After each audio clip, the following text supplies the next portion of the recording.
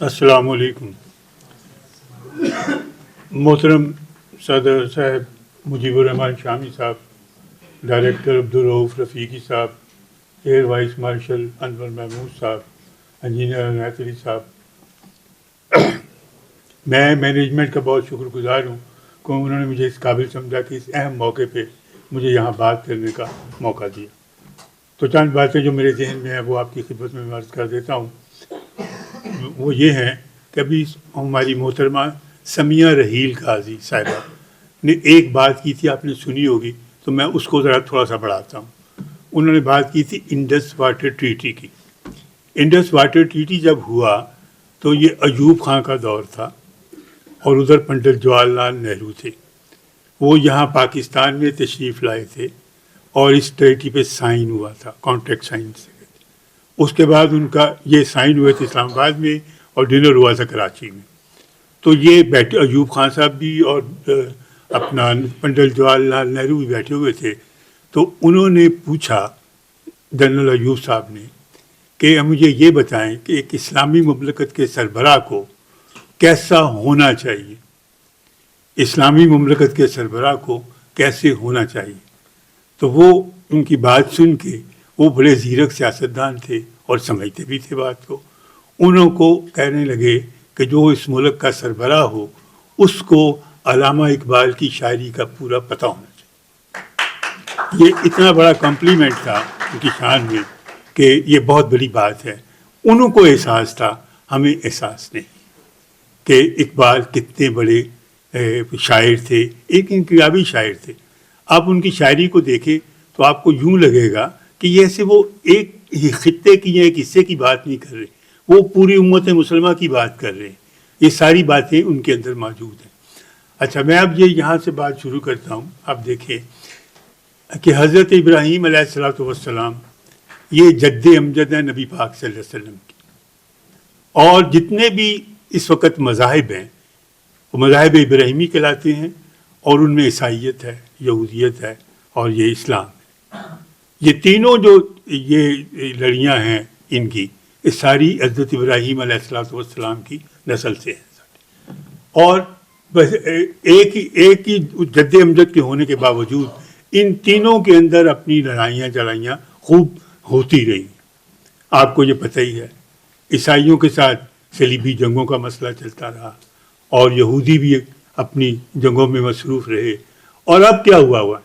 اب یہ ہوا ہے کہ یہود و نصارہ اب اسلام کے خلاف ڈٹے ہوئے. آپ کو یہ پتہ ہونا چاہیے, اب یہود و نصارہ کی آپس میں جنگیں نہیں ہو رہی, وہ اس کے اسلام کے خلاف ڈٹے ہوئے.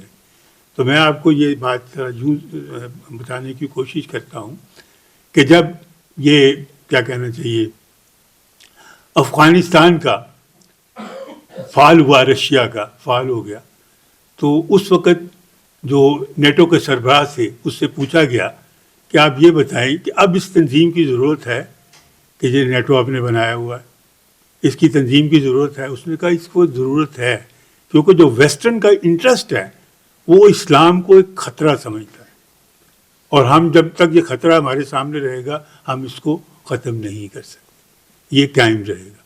اب یہ جتنی بھی باہر کی قوتیں ہیں ہمارے خلاف کھڑی ہیں, ہر محاذ پہ کھڑی ہیں, اور ہمارے لوگوں کے ساتھ کیا ہو رہا ہے, خصوصی طور پر مسلمان جہاں جہاں بھی ہیں. اب غزہ میں چلے جائیں, جو وہاں پہ ہو رہا ہے, ظلم و ستم ہو رہا ہے, ساری دنیا ان کو دیکھ رہی ہے. کشمیر میں جو ظلم و ستم ہو رہا ہے اس کے بارے میں تھوڑی سی بات کر لوں. جو بھی انہوں نے نغمہ پڑھا تھا کہ یہ خودی کا سرنا لا الہ الا اللہ, اس کی بھی بات سنیں.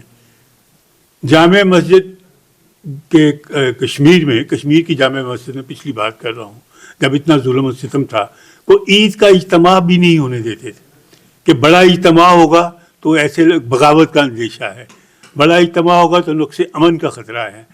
تو وہاں اس وقت جب یہ بات چل رہی تھی تو وہاں ایک علاقے کا نام پتہ نہیں, مجھے یاد نہیں رہا, بدر والی کو بتا رہے تھے, وہاں پہ ایک جلوس نکلا جس میں حلالی پرچم لہرا رہے تھے اور ان کے بندے یہ نغمے گا رہے تھے, یہی جو انہوں نے نغمہ پڑھا تھا. یہ ایک بہت بڑی بات ہے. اور اقبال یہاں نہیں کہ یہاں پہ کشمیر میں اس نے کوئی پیغام دیا ہے. اسی طرح کا ان کے پیغام جو ہے آپ ایران میں آ جائیں. ایران میں ہمارے ایک پروفیسر تھے، پروفیسر رفرف صاحب، تو انہوں نے کہا کہ آیت اللہ خمینی نے 2 کام کیے ہیں. آیت اللہ خمینی نے 2 کام کیے ہیں. ایک اقبال لاہوری کو لائیں اور ایک شاہ ایران کو فارغ باعث بھیجا ہے. اقبال لاہوری کو ان کیا ہے، یا ان کو تسلیم کیا انہوں نے کہ یہ ایک بہت بڑی شخصیت ہے اور بہت بڑے شاعر ہیں. ان کے جو دوسرے کوئی نیکسٹ تھے نا، خامنائی، اس نے تسلیم کیا کہ یہ ایران کا جو انقلاب ہے یہ ڈاکٹر اقبال کا خواب ہے. ڈاکٹر اقبال کا خواب ہے جو ہم نے خواب کیا. آج جو ہمارے ملک کا حال ہے، یقین کرے اگر ڈاکٹر اقبال زندہ ہوتے تو جس خواب کا وہ ذکر کر رہے ہیں کہ انہوں نے خواب دیکھا تھا، وہ رات جاگ کے گزار دیتے جو پاکستان کا اس وقت حال ہو. وہ خواب نہ دیکھتے. اس وقت جتنے مایوس کن حالات میں ہم گزر رہے ہیں اور جس طرح کے حالات ہیں، ہم نے آزادی کی قدر نہیں کی. ہم نے آزادی کی قدر نہیں کی. آزادی کی قدر کی ہماری مثال جو چلے گی وہ نبی پاک صلی اللہ علیہ وسلم کی ذات سے چلے گی. اس وقت دیکھیں حضرت عمر فاروق رضی اللہ تعالیٰ عنہ کے وقت میں علاقہ پھیل رہا ہے. تو اس وقت خیال آیا کہ کوئی تقویم یعنی سال کا تعین کیا جائے، اسلامی سال کا تعین کیا جائے. تو اس سلسلے میں مشاورت ہوئی. یہ بات سننے والی ہے، اس آزادی کی قدر بتا رہا ہوں آپ. اس سلسلے میں مشاورت ہوئی یہ سال جو ہے کہاں سے شروع کیا جائے.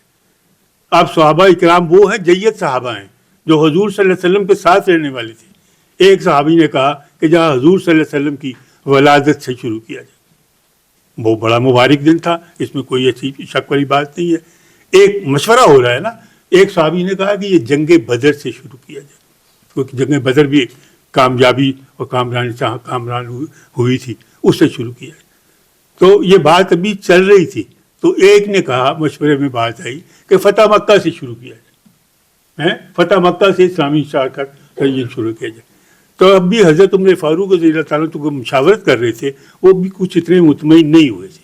ان کے اپنی بھی ایک انٹویشن تھی کہ کس طرح بات ہونی چاہیے. پھر حضرت علی رضی اللہ تعالیٰ عنہ تشریف لائے.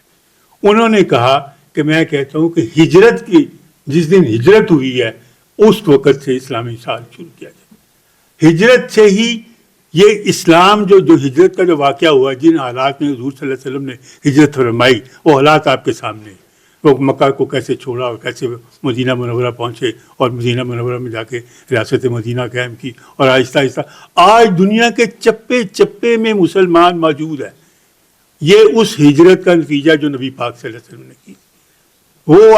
وہ جو آزادی ان کو ملی، جو انہوں نے بیس بنائی، وہ اسلامی اصولوں کے مطابق بنائی تھی. اسلامی اصولوں کے مطابق بنائی تھی. ہم دیکھیں، ہم اپنی زندگی میں دیکھ لیں، اپنی زندگی کے رخ کی طرف دیکھ لیں کہ ہم کیسے اپنی زندگی گزار رہے ہیں. ہم کیسے اپنی زندگی گزار رہے ہیں. اقبال کا ماخذ قرآن تھا. اقبال کی موٹیویشن جو تھی وہ قرآن پاک تھی. اور نمبر 2 اسوہ حسنہ تھا. نمبر 3 مولانا پیر رومی تھے. ٹھیک ہے، ساری اقبال کی جو شاعری ہے اس کا ماخذ یہی ہے. تو اس نے اقبال نے کہا تھا کہ وہ معزز تھے زمانے میں مسلمان ہو کر، تم خوار ہوئے تارک قرآن ہو کر. ہم نے قرآن کو چھوڑ دیا، پیچھے چھوڑ. ہمیں ایک دوسرے کے ساتھ وہ ہمدردی نہیں رہی، وہ بات نہیں رہی، وہ تعلق نہیں رہا. اپنے مسائل میں اس طرح ہم گرے ہوئے ہیں، اور اس طرح گرے ہوئے ہیں. ساری رہنمائی اگر ہم قرآن سے لیں، اللہ فرماتے ہیں کہ اگر تم میری مدد کرو گے تو میں تمہاری مدد کو آ جاؤں گا. جب اللہ تمہاری مدد کو آ جائے گا، کوئی آپ کو مغلوب کر سکتا ہے؟ کوئی نہیں کر سکتا. لیکن ہم ایسا کرتے نہیں ہیں. میں انہیں باتوں، میری ذرا طبیعت بھی ٹھیک نہیں ہے، بات کو لمبا نہیں کرتا. بڑی مہربانی آپ کی، آپ نے مجھے سنا. بہت شکریہ.